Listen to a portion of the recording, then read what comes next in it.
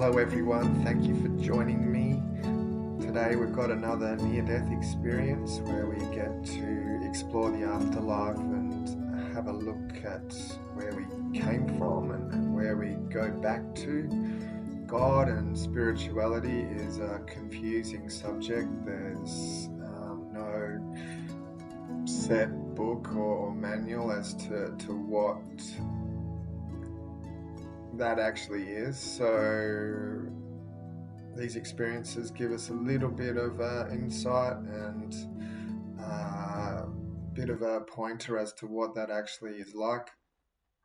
The good thing about it is it's these experiences come from many different individuals, and we get a bit of an idea as to what their experience was like with God, with the light.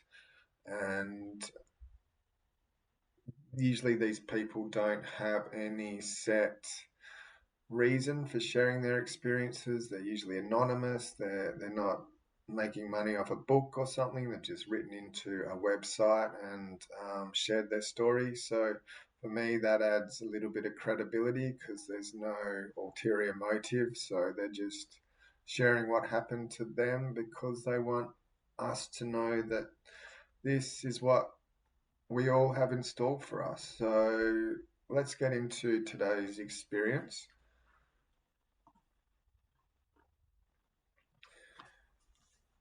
This one is a fairly longish one. It looks like this guy had three experiences. So I will get into it. This one is from a guy called Rob N. And it is on the nderf.org website. Death number one. In 2005, in the Detroit area in mid-August, they have what is called the Dream Cruise. It is the largest car show in the United States, and more than 1 million people flock to the area for the event. Steve and Evelyn, who were my girlfriend's parents, lived a block from the main strip. Donna and her son went over to the house to sit and watch the hot rods cruise the main street. I was at my shift, which started at about 8 a.m., and it was about 8 p.m. when my shift ended. I wasn't feeling well, and I was in a bit of a foul mood. I called her to tell her that I was going back to the apartment since I didn't feel well. I thought I ate something bad at lunch, but told her I would relax a bit, change, and then come over there. My parents lived about 3 miles from where we lived, her parents. I arrived home and changed into a t-shirt and shorts. I had what I thought was the worst case of heartburn I had ever felt. I just couldn't get rid of that feeling. I suddenly started to have a shortness of breath. I called her and told her she needed to get home immediately. I told her, I said I didn't know what was wrong, but something was not right. She said for me to call 911, and I didn't feel that was necessary. Was I wrong? I kept tugging on the collar of my t-shirt to try and breathe easier. It was getting worse, and now I felt nausea coming on. It was all evolving so quickly. I put the cell phone on the coffee table and rushed into the bathroom. When I vomited, it was clear bile. I thought that was peculiar.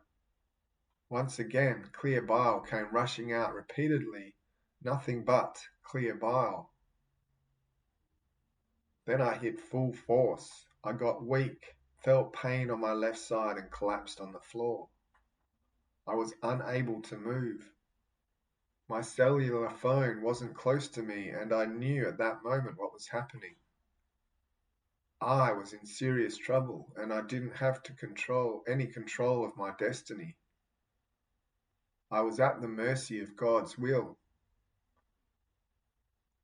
I was having a heart attack, lying there on the bathroom floor, staring at the toilet.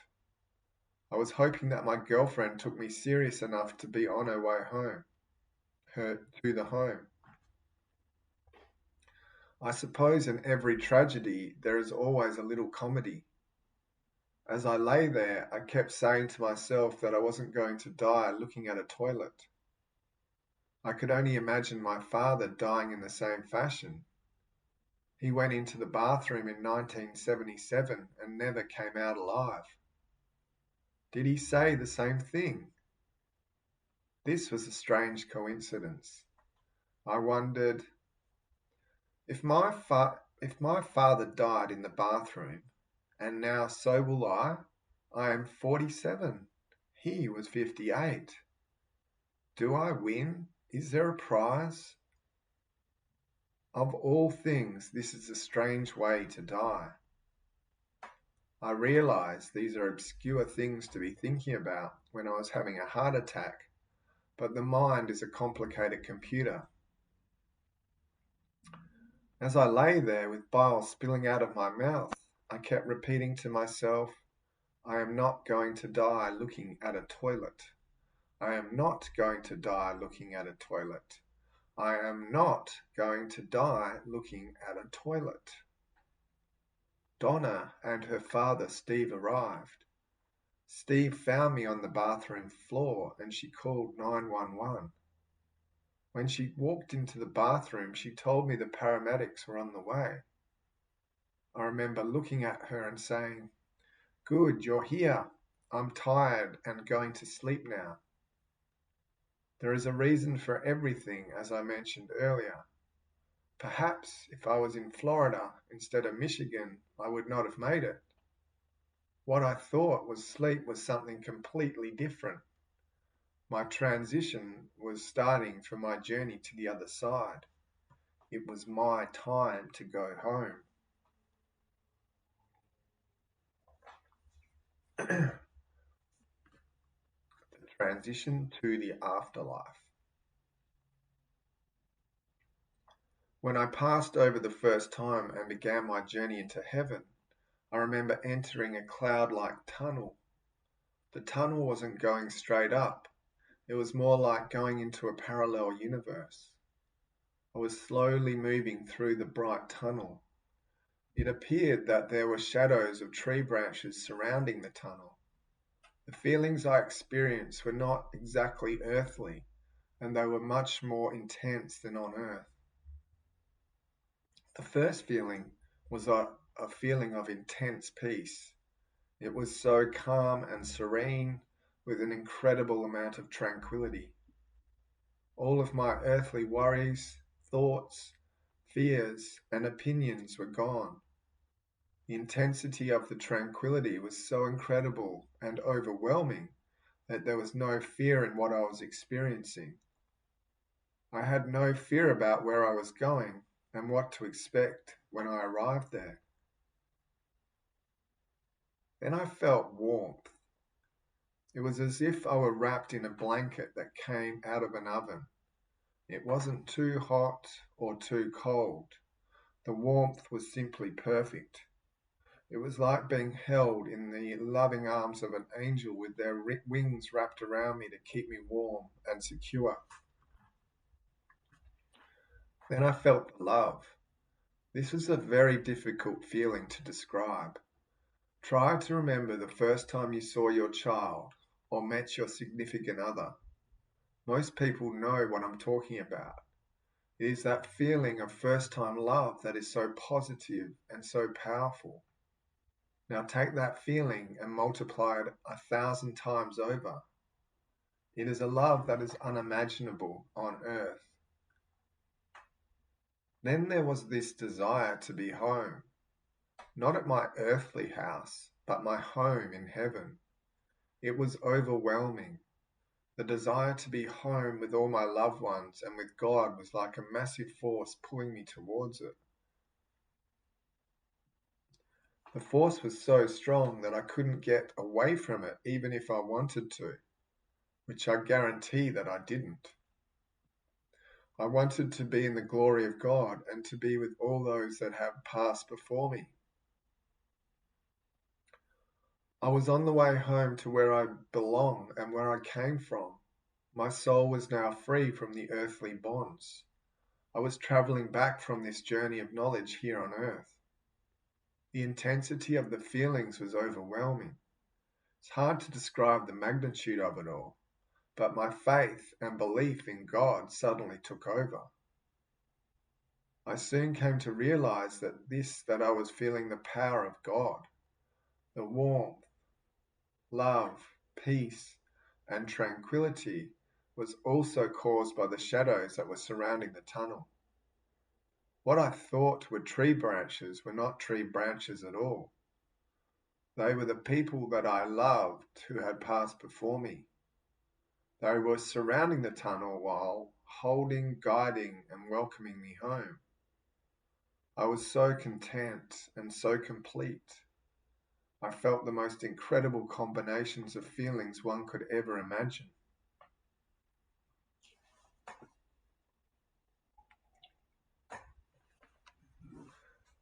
Then, in one moment, it all stopped. I felt as if someone had grabbed me and was pulling me backwards out of the tunnel. I felt as if I was fighting to stop myself from being pulled out. I wanted to continue forward, but that wasn't meant to be. It didn't matter how much I struggled, I couldn't continue forward. Now I felt fear and mass confusion. I couldn't stop what was happening to my soul. I wanted to go back to the warmth, but all these feelings I had were leaving me. They were being drained away from me. The Royal Oak Fire Department paramedics arrived on scene and resuscitated me. I remember lying there with pain in my chest. Then I recall being in the arms of a firefighter and being rushed to the ambulance. I was lying on the gurney in the back of the ambulance and staring at the light on the ceiling. I felt the IVs going into my veins and could hear the call to the hospital. 47-year-old male myocardial infarction with resuscitation ETA 3 minutes. I don't remember much from that point on. I don't remember arriving at the hospital or being wheeled into the hospital emergency room. I do not remember the staff working on me. What I do recall is being in the upper corner of the emergency room looking down upon my body. I saw about 20 people diligently trying to save my life.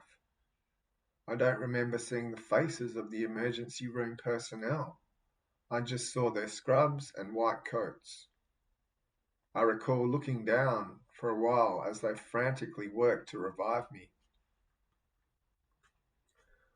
Suddenly, and for no other reason, I just knew it was time to go.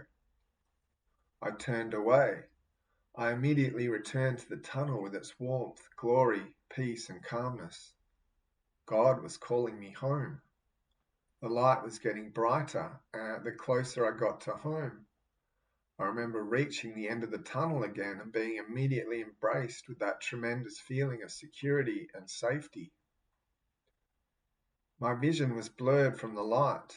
There was some confusion, but the smells were the first of the senses to kick in. I was surrounded by fragrantly sweet scents. It's kind of like the scents of all varieties of all the flowers all in one place. A gentle, warm breeze was flowing over me. I felt all was sheer perfection. As my vision began to clear, I saw numerous faces who were all happy and smiling. It felt as if I were being held by so many different souls, each of whom were welcoming me back home. It was difficult to recognize who they were because they all appeared young, as if in their 20s or early 30s. Their faces started to become familiar once again. I knew who they were. The level of happiness that was felt can't be explained in earthly terms. I saw my father, I saw my aunts and uncles, I saw my grandparents and others I knew who went before I did. I knew I was safe and I was meant to be there. As I looked around to familiarize myself with heaven, off in the near distance, I saw incredible towers and buildings all glistening with inviting and incredible colors. I felt content where I was at and in no hurry to explore. There is no need to hurry because there is no time. I was in an infinite zone where I could move as I pleased and when I pleased. I was glad to be home and surrounded by my loved ones. It felt so right and so normal. I had so many questions and wanted to be reacquainted, but that wasn't necessary. They knew what and who I was on earth. They knew what I did and told me that in due time we will meet and talk soon. They were all at peace. There was a slight bit of confusion on my part. I believe that it was caused by the transition. My soul was leaving my earthly surroundings, and now I was in heaven and in the glory of God. Those two worlds are never meant to be combined. It felt as if my soul needed to go through a process of orientation back into heaven. I think that was the next step. It was a time to look at my journey on earth, to view all that I had done, and to see if I completed the task I was sent to do. When this was complete, I was free to transition to anywhere and spend the time with those that meant so much to me. My father was the first soul I had to see. He left me when I was 19 years old, and although I knew he was there, I didn't have his earthly contact that all young men need from their fathers. Since there is no time or concept of time, I don't know how long we spent together, but I know the visit was fulfilling, and I know I miss him even more since I am back on earth.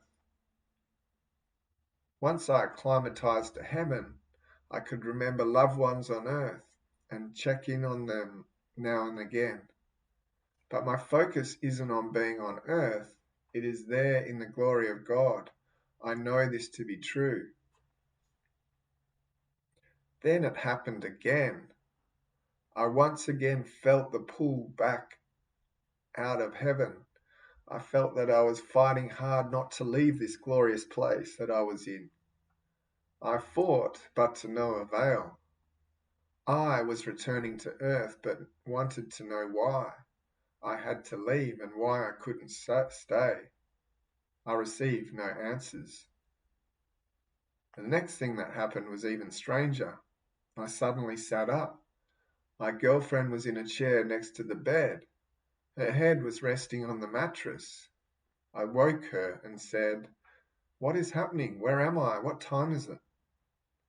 She looked at me as if she saw a ghost, ran out of the room and returned with a nurse. A doctor arrived and they began to check me over. It all seemed like a blur. So many people were converging on me at once. After things calmed down in my room, I asked what all the commotion was about. I found out that I had been in a coma for 4 days.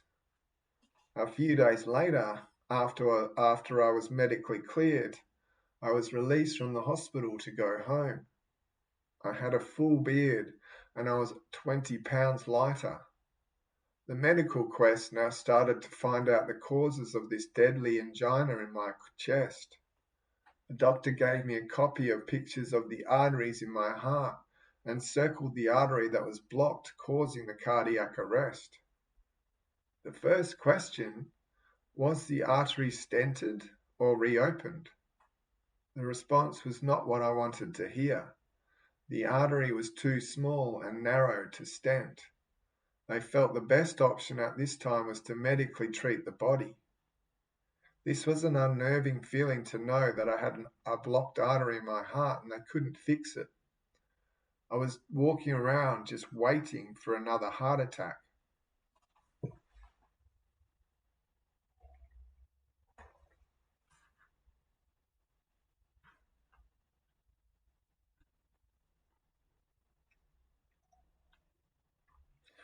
Okay, now we get into the second experience. It says, okay, this one's in 2012, so I think that's 7 years after this first one.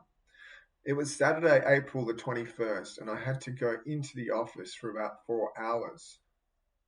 I was sitting at my desk when all of a sudden I got quite dizzy. I thought it was lack of food, so I completed what I had to do and I stopped and grabbed a burger and felt much better. I then went back to work. After I was done, I was driving home on the highway when a transient ischemic attack hit me. I went numb on the left side of my body. My left leg and arm went weak. I called my wife and had her stay on the phone with me until I got home. Once I returned home, I tried to eat. I took a shower, but I wasn't feeling any better. We made the decision we should go to the hospital. What I thought would be a day or two of tests turned into a 17-day odyssey that would once again change my life forever. I was admitted to the hospital on April the 21st, 2012, with a transient ischemic attack or stroke. The next day, I passed out in the restroom of my hospital room and badly bruised the right side of my face. My right eye swelled shut. I also had a wound on my forehead that resembled the floor tile pattern. Once they stabilized me and stopped the bleeding from my forehead, they rushed me in for blood tests, CAT scans, MRIs. The lab report showed hemoglobin of 13.8. The CAT scan and MRIs were normal. Over the next few days, the synscope episodes continued. My cardiologist, my physician assistant, and general practitioner nurse were perplexed on this sudden turn of new events. My cardiology team called in another cardiology team to confer on these symptoms. On Wednesday, April the 25th, they performed what is called a TEE procedure to view the backside of my heart. This procedure was done under anesthesia and no labs were pulled for this procedure. The electrocardiologist and my cardiology team scheduled a surgery to implant a heart recording device in my chest, right above my heart. This device would record activities of the heart and lock in abnormal rhythms within certain ranges specified by cardiology. The surgery was to take place at approximately midday on Friday the 27th of April. At 8:45 a.m. on the morning of the 27th, the lab report stated my hemoglobin had dropped to 10.7. This was the first hemoglobin check since April the 22nd. The result of a 3.1 drop in hemoglobin in 4 days was clearly marked on the lab report as low. Yet this important fact was overlooked and hemoglobin was no longer monitored. The surgery to implant the loop recorder proceeded.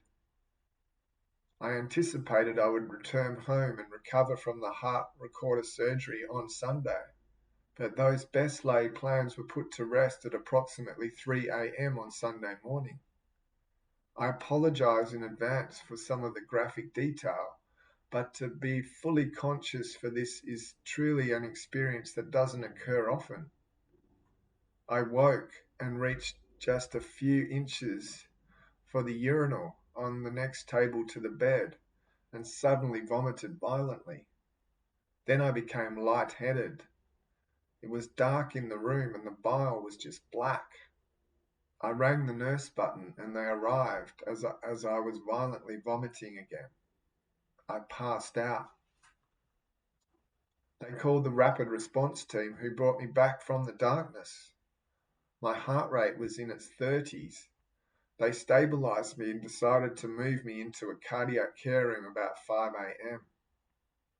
We were able to get my wife to the hospital at about 6:30 a.m. Life as I knew it went down from there. My blood pressure was also volatile and dropping. Per the lab reports, my hemoglobin was at a level of 4.9 at 4 a.m. before they moved me into critical care. They used an IV that I had in my right arm and replaced a fluid bag with a pint of B positive blood. This wasn't enough. The physician assistant realized I was bleeding out internally as my heart rate and blood pressure kept failing.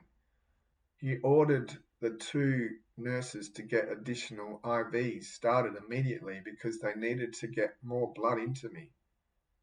My veins were collapsing. There wasn't a vein that could be used due to the lack of fluid and blood in my body. The physician assistant refused to give up. At that moment, my wife walked into the room to see how I was doing. She said I was shaking and grey in colour. We heard someone yell for the crash cart. My mind was racing at this point because this is the first time I realised I was in serious trouble. I recall telling the physician assistant, "I am done. I am going." And he responded, "You aren't going anywhere today." At around 7:30 a.m., I saw the tunnel open behind him. I knew then that I was close to going home again.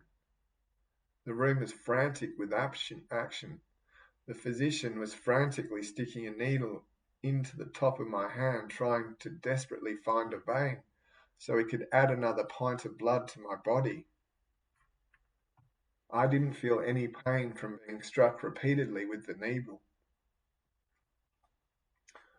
I could not be medicated to relieve the pain or the stress. My vitals were too weak. I was helpless, at the mercy of God and the skills of the physicians. My wife was staring in shock at what was happening in front of her. I looked at her standing there. I remember the fear in her eyes and can only imagine the terror she felt. I heard the nurse reading the instruments aloud, stating my heart rate and blood pressure. Both readings were dropping quickly. The nurse then started the countdown of my life. Heart rate falling, 12, 11, 10, 9, 8. Another nurse stepped in, grabbed my wife by the arm and started pulling her out of the room. Our eyes met for what I thought was the very last time as we heard my heart monitor begin the sound of beep. All went black. I took my last breath and I died. Once I passed on, my transition to the other side started again.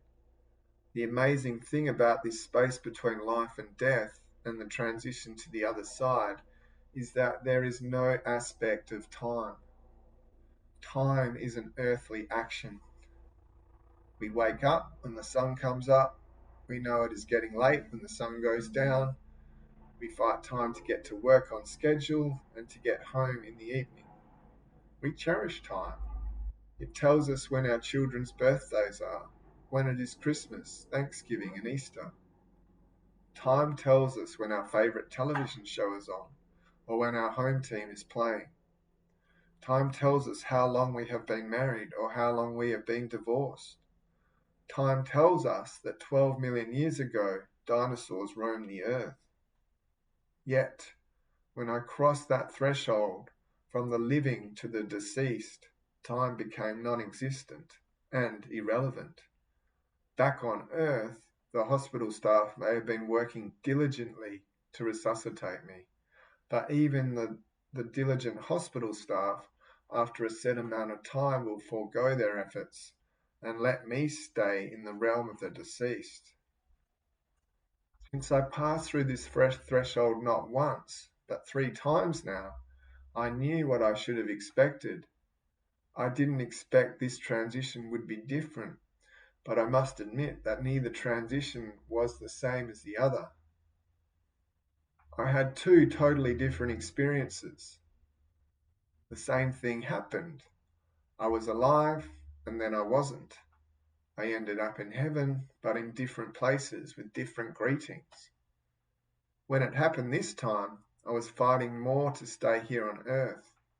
I remember my apprehension about entering the tunnel. Although I was fighting, my soul knew that the right thing to do was enter the tunnel. The tunnel was different this time. The shadows surrounding the tunnel weren't there. It was brighter this time, and I seemed to be moving faster into the next realm. It was also warmer and seemed even more comforting and definitely more calming. I, once again, returned to the other side. The peace and calmness was overwhelming. The feeling of God's love took over, and my earthly memories were once again a thing of the past. I was happy to be home in heaven. This journey was different, though. I found myself in a large hall with other souls around me, and they seemed to be attempting to ease my pain. They tried to make me feel warm, welcome, and comfortable, but it was all without words. The hall was a large room with what looked like nooks on the walls. I wasn't sure what they were used for. The nooks had what appeared to be souls wrapped in blankets. I wasn't sure where I was and why I was there, but I wasn't concerned because it felt safe. It felt as if I was there to be debriefed and helped through the transition back home. Yet nobody was saying a word. It was as if they were just there to ensure I was okay, and that my transition would go smoothly. I knew that it would all be okay. I just didn't know when or how. I felt what I was experiencing this time was because my death was more traumatic. In 2005, when I had the cardiac arrest, my body collapsed, and when death came, it came quickly. When I transitioned in 2005, I was welcomed by family and loved ones. I think I was supposed to go home that time, but the skills of the emergency team found a way to save me and bring me back to this world. This time death was slower. Death didn't come in minutes, it came in hours. This one had much more pain and suffering during the process of death. It is possible my soul wasn't ready to leave Earth this time, and as I struggled to remain here, my death became more distressful. Maybe this is what happens to some people when they die unexpectedly in a traumatic situation, like being murdered or killed in an accident. Perhaps their soul wasn't ready or wasn't called back at the time, and the soul was in shock. I believe that this particular group of angels' singular purpose is to ensure that the transition is as painless as possible. Maybe the other souls I saw in the nooks were in some sort of hibernation to ease a traumatic transition. Maybe those souls need to heal from trauma and will eventually be blessed with God's mercy and glory. This time I didn't see the outer wonder of heaven. I didn't see my father or my grandparents. I didn't feel the warm breeze on my face. This was not a cold, dark, dank place. On the contrary, it was warm and inviting with neutral, peaceful colours. It was very comforting and caring. I can only speculate why it was this way. Perhaps when I do make my final journey, I will understand it more. I had more to lose than the first time, and therefore I fought harder to remain on Earth. I don't know if this is the proper way to decipher this, but it is all I can think of for some sort of explanation. Is there a proper way to make the journey to the afterlife? No one on Earth can really answer that question, since the transition is an individual experience. Again, I felt the all too sad rush backwards as I was returned to Earth. There was no warning that it was going to happen, no knowledge of why I had to return, and not a word said. I was just being sent back because once again the medical team at the hospital found a way to resuscitate me. I don't know how long it took to bring me back. The next thing I remember was myself on a gurney in the hallway outside the hospital room. I remember being wheeled past my wife, some of our friends, and the hospital chaplain, who was there to give me the last rites. The fear in their eyes and their reactions reaffirmed the critical condition I was in. They tried to talk to me and touch me, but were moved away by the staff. The nurses told them that we had to move, and move fast, as they took off in a trot down the hallway. They rushed me to another floor and into an intensive care unit to prepare me for emergency surgery. I begged for medication, but they wouldn't give me anything for the pain or put me to sleep while they prepared me. My vital signs were still all over the board, and medications could cause death. I was rushed into emergency surgery to repair a tear in my esophagus, which took 12 pints of blood to keep me alive. Now we go into the third experience. It was 2 years later in 2014 when I woke in the morning at my home and realized I was bleeding internally. I called my doctor and went into the emergency room. They started with an IV with a variety of drugs to control and stop the bleeding. Thankfully, it worked and I was out of danger. He performed another procedure and found that the main ulcer had doubled in size, gotten deeper, and it had 3 new ulcers. We were out of options. We had tried all the available drugs, natural alternatives, and controlled diets, yet nothing improved my situation. My doctor advised me to seek the opinion of a surgeon. I scheduled an appointment and went in for an updated piece of surgical advice. This was the second time I met with the surgeon. He was well recommended and highly experienced. We discussed the recent findings and came to the conclusion that we had no alternative but to operate. I was in chronic stomach pain and discomfort. He told me he would make an approximately 12-inch incision across my abdomen and then cut my stomach muscle to enter my internal areas. He would only remove the part of the stomach that would contain the ulcers, and then he would dissect the nerve and cut the ones that produce the excessive stomach acid. After that, he would need to redirect the flow of my stomach, since it would not be normally operational. He scheduled the procedure for October the 29th, 2014. The procedure was a few weeks out and my nerves were getting worse. I counted the number of times in my life that I had been put out under anesthesia. This would be number 20. For some reason, this one bothered me deeply. It bothered me so much that I actually wrote my will. I put my living will together and my medical power of attorney in case this time was the final one. Of course, my wife was in denial. She thought I was being insecure and that I was overreacting. She was there with me at the surgeon and heard what I had heard. The surgeon reassured us that this was an easy procedure. It will take about 4 hours, but it is safe, and we will be in his hands. If I waited and I started to bleed again, and if I was lucky enough to make it to the hospital, I don't know who would be doing the surgery. At least I know he would be, and he is the best. In the days leading up to the surgery, I kept telling my wife I didn't feel good about this one. My cousins would call and I told them the same thing. I had a bad feeling inside and I couldn't explain it. Was this my guardian angel talking to me? I don't know, but the message was loud and clear. Do not do the surgery.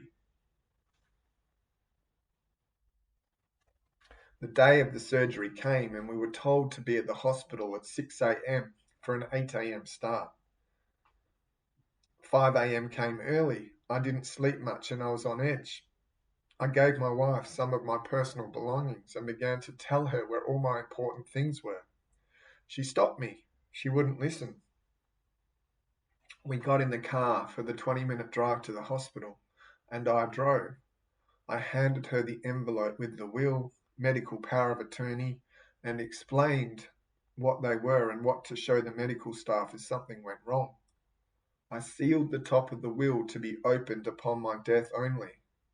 I told her that in the envelope was a letter that told her where everything was and who to contact. As we drove, she was upbeat, and she did her best to keep me level until she saw the tears flowing down my cheeks.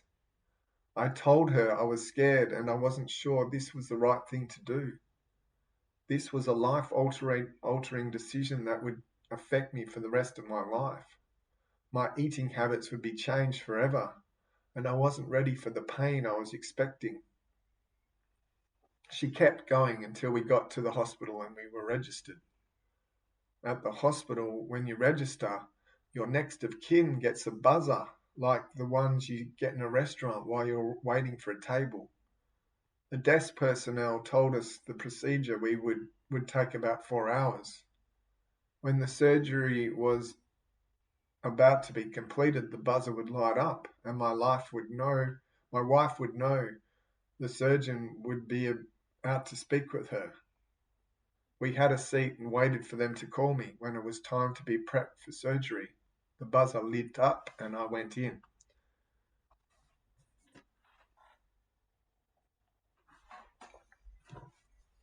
The surgeon came in and I told him of my fears and that I wasn't feeling good about this surgery.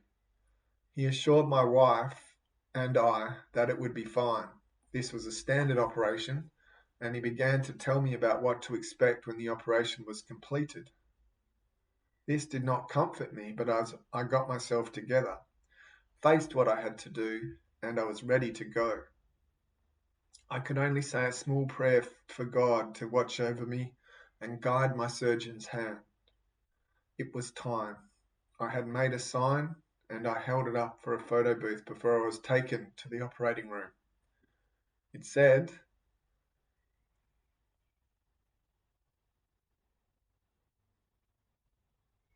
"I have reached a new personal best. 20 surgical procedures. This one is a bad one though. What is scarier than that? Today is October the 29th. It would have been my mother's 95th birthday. I had my wife post this sign on Facebook, and then the surgical staff came and brought me into the operating room. I think I counted backwards and got to number 8 before I was in the ozone.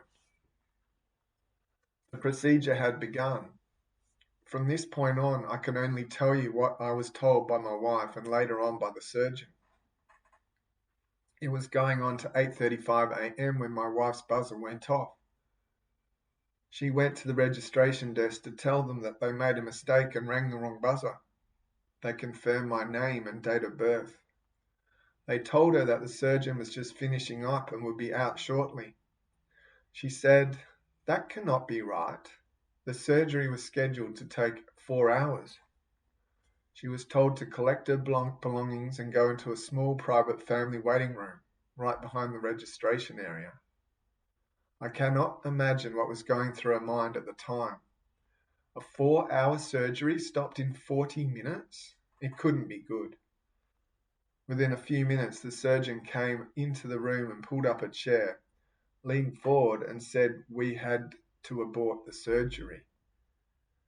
He is okay, but we went in, and as we were checking his internal organs, his blood pressure dropped, and we lost his heartbeat. I had to do chest compressions, and my assistant surgeon did open heart massage. He was only gone for about a minute. He said that we did not feel comfortable with his chances to survive, so continuing wasn't an option. We closed him up. He is in recovery and will be moving to the intensive care unit. I have called in his cardiologist to confer with him. Once I meet with them, I will be up there early this evening to review what we know and what options we have.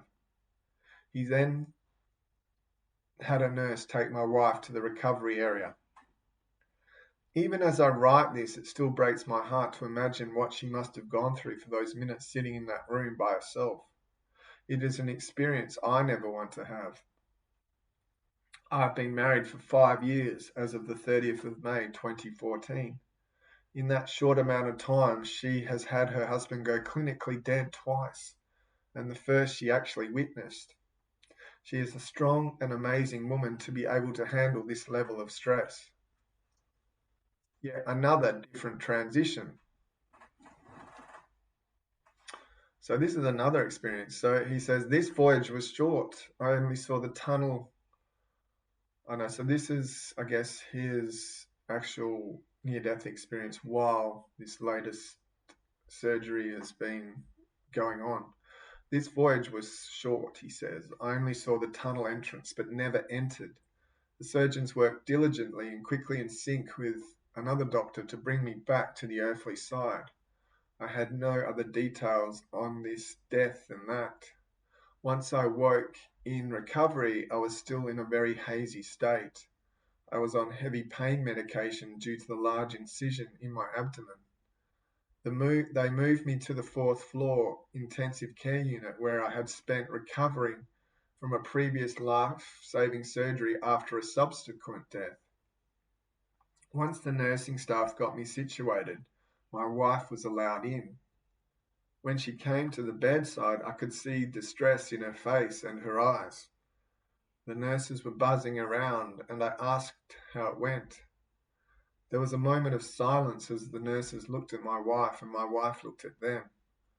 They were all looking to see who should explain what had occurred. The ICU nurse told me that the surgery had not been completed. They ran into an issue once they were in me. She told me that I flatlined on the table and the doctor would be in later to talk to me, but that for now I should rest. I was in shock. All I could do was look at my wife and say, "Not again." Then I drifted off to sleep. When I awoke a couple of hours later, there was activity in the room. The nursing care was amazing and constant. The surgical medication was wearing off and the levels of pain were increasing, so they maintained a self-triggered medication dosage. I was able to control some of the pain on my own, but they also gave me additional doses when necessary. My wife tried to explain what had occurred, but I was still in shock that death happened once again. I wanted to see the incision that she helped me lift my surgical gown to view what they had done. It was not a pretty sight. The doctor went back in on Halloween, October the 31st, 2014, to complete the surgery. The room was heavily staffed with additional cardiologists and doctors. The procedure went off without a glitch. I am still recovering from this surgery and experiences. So these are these reflections. Since my mother passed in 2013, strange things happen in my home that has never happened in the years prior. My wife and I joke that my mother is here. We say hello and go on with our tasks at hand. Occasionally our dogs go crazy and their hairs on the back of their necks stand up when they walk into a room. There is nothing there and no sounds that would cause this reaction. We know someone is visiting from the other side. My personal belief is that our souls must learn multiple lessons to grow into more glorious beings. I believe we are sent to earth to learn specific lessons. Whether we learn that lesson or not is because of the free will that we have on earth. The interactions with others can and often do alter your path. Have you ever met someone and thought to yourself, "I've met this person before, but I can't remember where"? Then you banter back and forth trying to find this common denominator of where you met, and the conversation ultimately ends with, Oh, well, I don't know, but it is strange, isn't it? I believe that two people had met before, and that soul had such a profound effect on each other in a previous life that you remembered it in this lifetime. The magical thing about this is that your time on earth doesn't allow maintenance of memories of past journeys and the lessons you were here to learn in the past life. Have you ever met a child or younger person that they seem to be so much more mature for their age? Or have you met someone that acted much younger than their earthly years? I believe that this is the age of their soul coming through. This gives us a small window into their souls and the lessons they have learnt. Since there is no time in heaven, our soul can remain there indefinitely, or we can choose to return and take on new lessons that will ultimately bring us closer to godliness.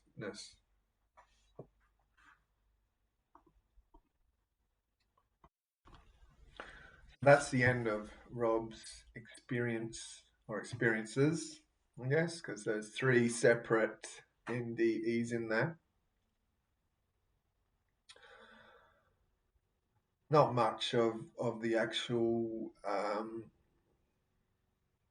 time spent in the afterlife. It's more a fairly vivid and sometimes graphic explanation of his medical procedures, which, me coming from a nursing background was a little bit interesting, but maybe for some of you out there, it might have dragged on a little bit. But anyway, the story flowed nicely and it's kind of interesting to read it, even if it didn't have much substance in terms of what this podcast tends to like to explore.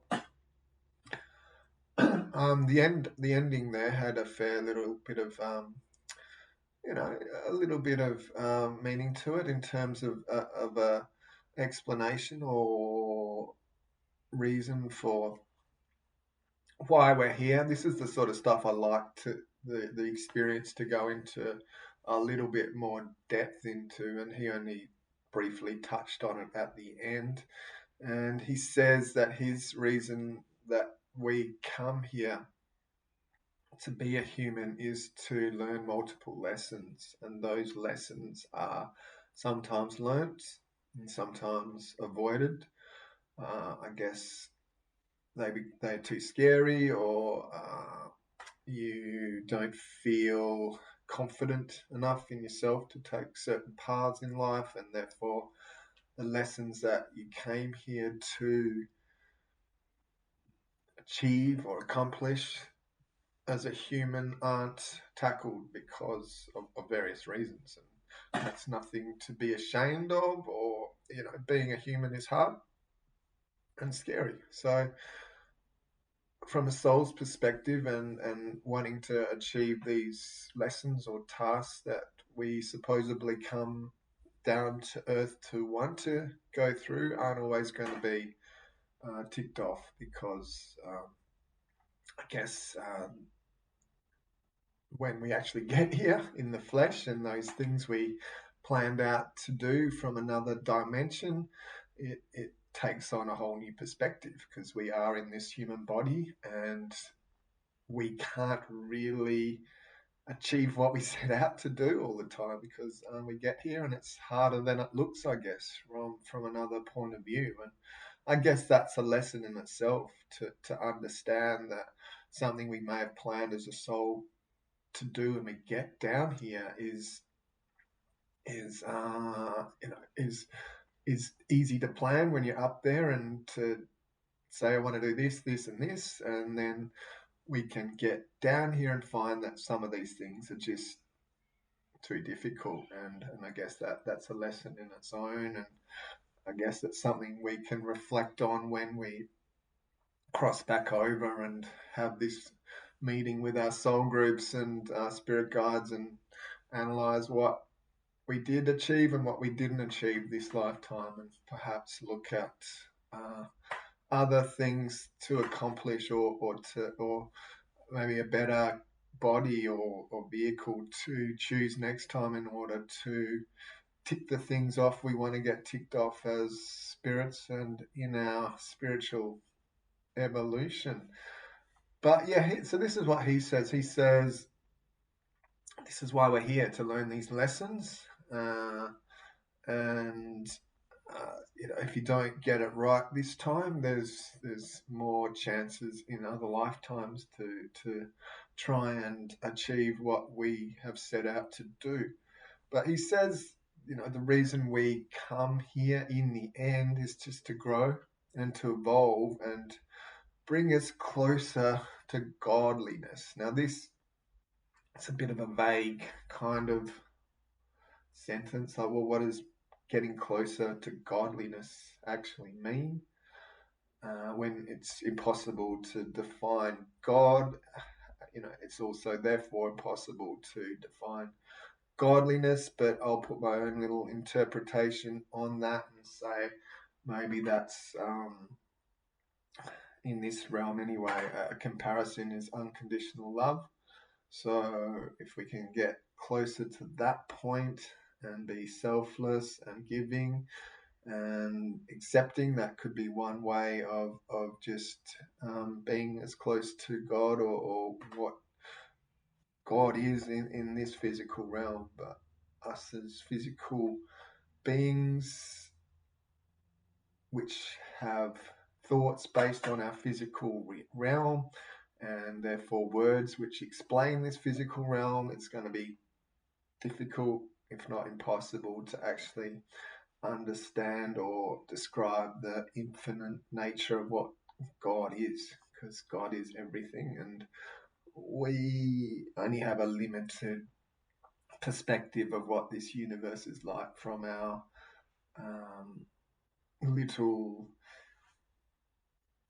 disconnected, limited mind that we use in this physical reality. But hopefully the soul, when we can become that more than what we are now, like our soul seems to be, for a lot of us, just merged with, so immersed in this physical experience, and particularly from my point of view anyway, the thoughts of what this physical experience is like, it's once it's freed from this physical body and this physical dimension, then maybe our understanding and concept of God is a lot more clear when we aren't distracted by this physical reality that we are all immersed in at this point of time. But yeah, I'll go through it again. Like, it is a long experience, so I'll try to just focus on the good stuff, from my point of view anyway, the good stuff being the extra dimensional stuff. Okay, so where are we?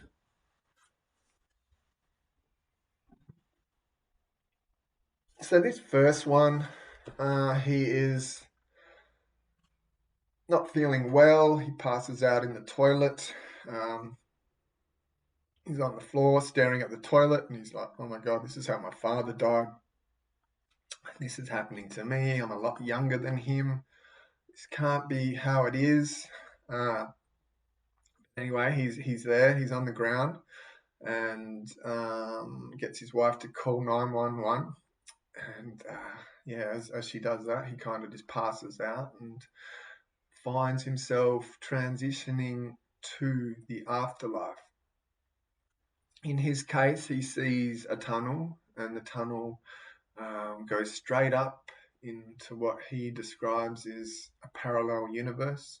He gets these intense feelings of peace and he feels calm. And I guess at this point, it's kind of that point between connection to the physical realm, this earthly realm, and losing your association you have with the physical being you are in this reality. And with that transition comes all these release of the negativity associated with this life in terms of the worries and the thoughts and the fears. They're just gone and you become this more pure ball of consciousness that is no longer absorbed in the drama of being a human. So he feels this freedom, this peace, this calmness, and he drifts up, and he says he starts to get more physical sensations in terms of the temperature. He feels like he's warm, like he's had someone throw this blanket that's just come out of the oven over him, and it's not too hot, it's not too cold. I think we all know how that feels. Like, it doesn't have to be a blanket, it could be a pair of pants or a top that you've just ironed and put that on after a cold morning. It feels pretty good, and that's how I'm imagining what he is describing here. He says it's like being held in the arms of a loving angel, and that the wings are kind of wrapped around him to keep him warm. Then he says the tunnel continues, and he feels this love, and it's a difficult love to describe, but the way he does it, he says, okay, imagine that love you feel for your children, or imagine that love you felt for your partner, during that honeymoon period when you were first getting to know each other.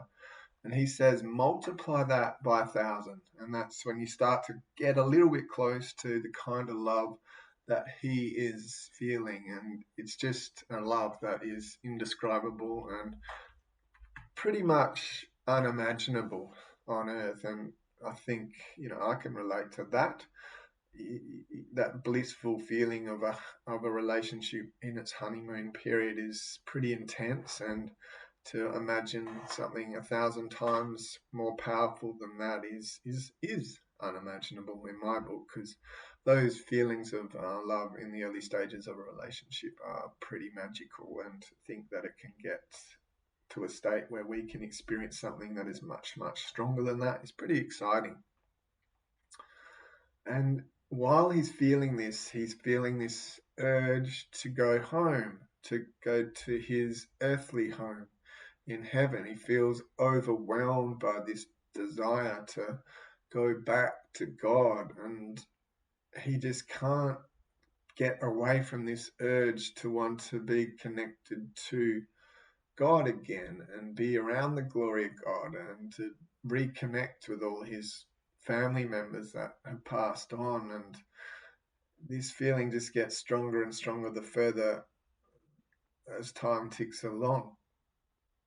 He says his soul just feels totally free now. It's totally disconnected from any earthly bonds, and he's just, the intensity of the feelings he is experiencing are overwhelming, and he's just totally overwhelmed by what is occurring.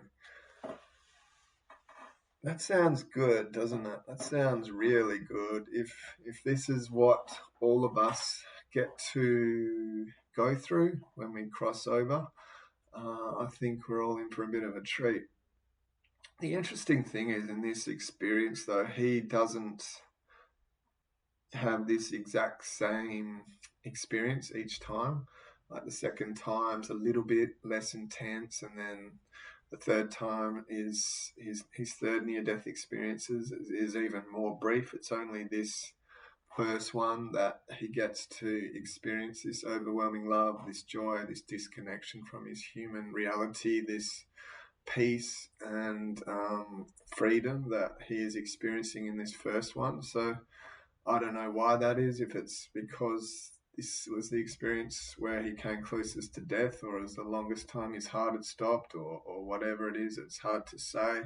Or maybe he was just getting this experience the first time as a way to remind him of where he's come from and where he goes back to. And this is a reminder of the loving place he originates from, and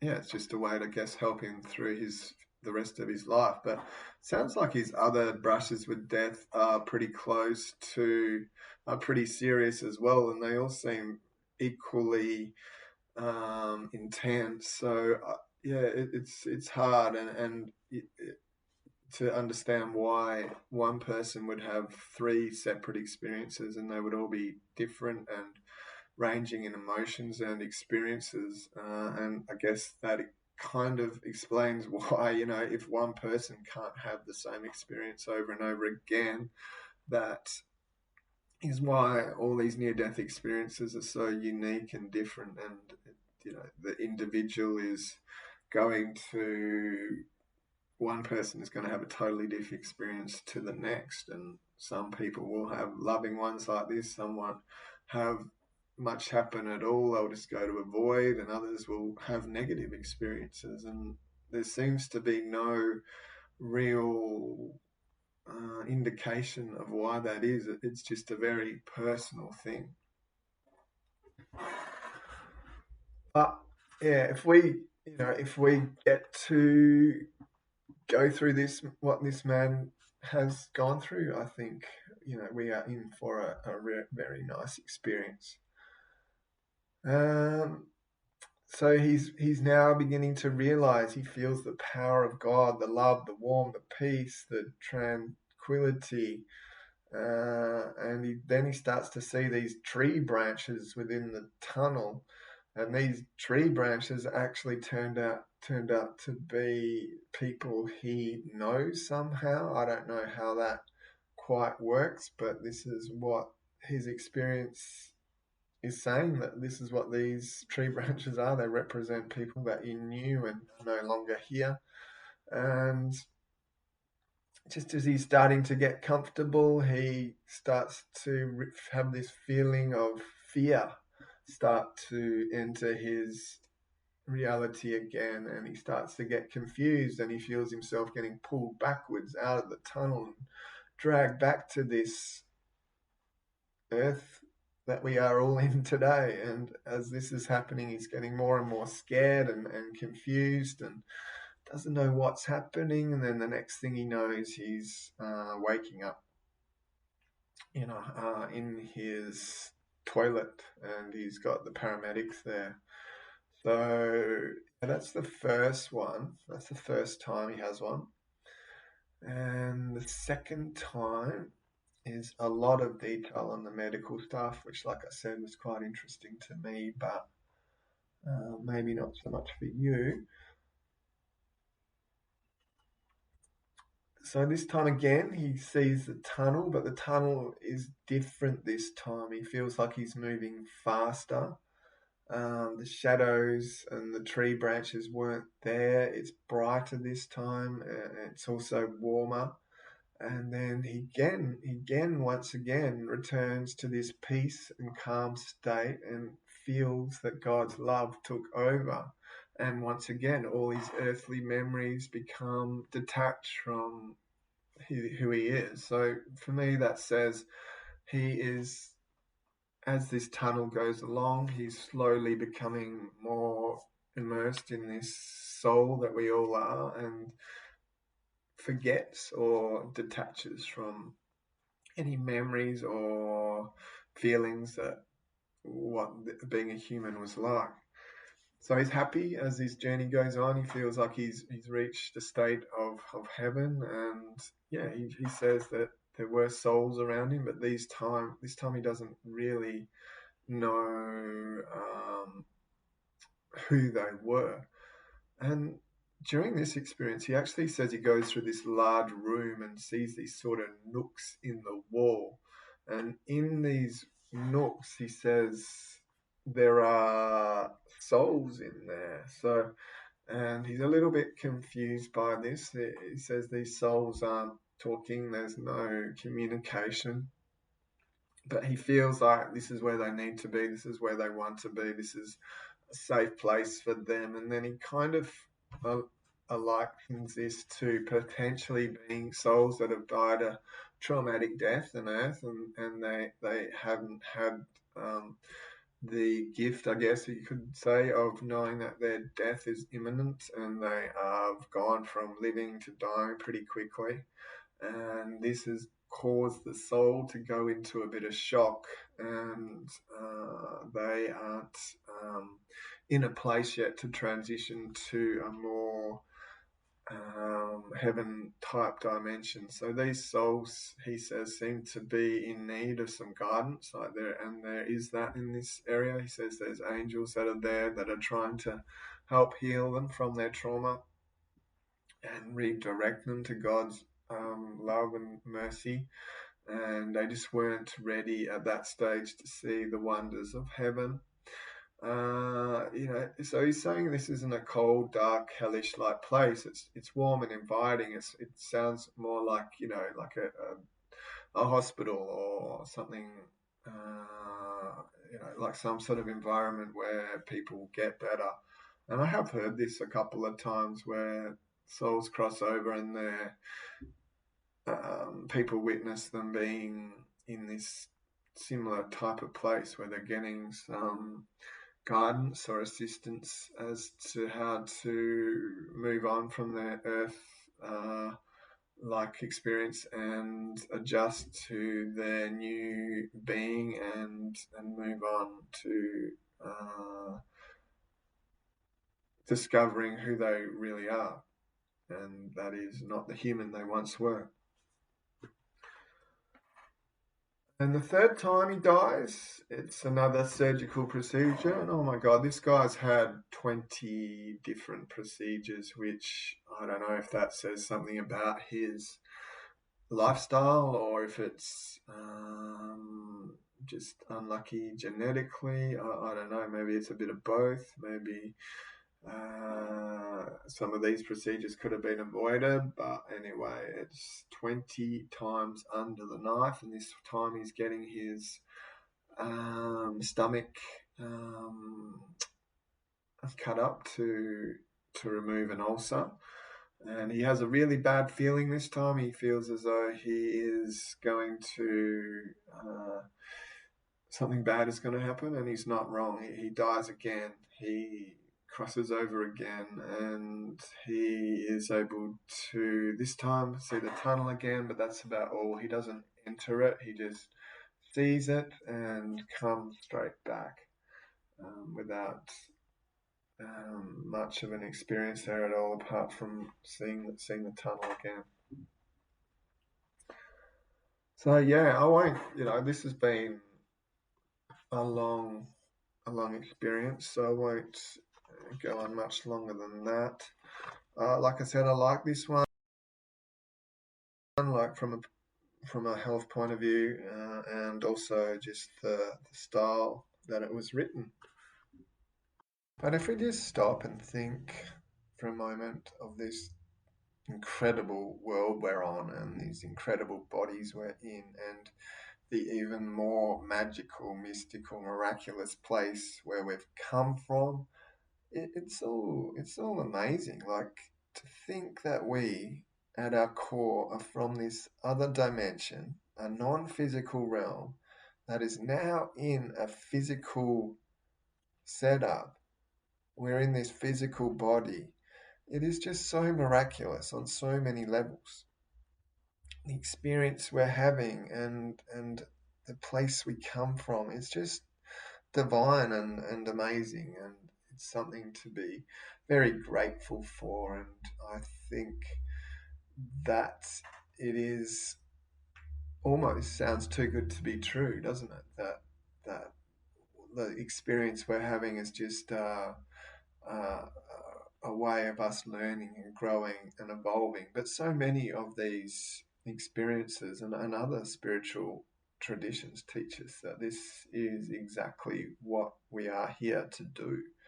So next time you are in that state where you're resenting life and being challenged by life and not enjoying your experience, try to zoom out a bit and remember that you're just this tiny little human on this big blue rock that is spinning around this big ball of fire in this massive universe that is mainly darkness. And in reality, you are not the human you think you are. You are a fragmentation of God that is divine and infinite and indestructible, and the problems you are facing are a gift, and they're something to embrace, because the place we go back to is free of all these challenges and negativity, and the darkness we all endure on this earth is just a temporary thing to give us an experience and a bit of perspective as to what that negativity is like, and how it feels when we spend the vast majority of our time in a state of being that is much more joyful and higher vibrational. And this is something we all have to look forward to. But on that note, I send you love, send you lots and lots of love, and I will leave you there, and I look forward to talking to you again next week. Stay safe. Love you. Bye.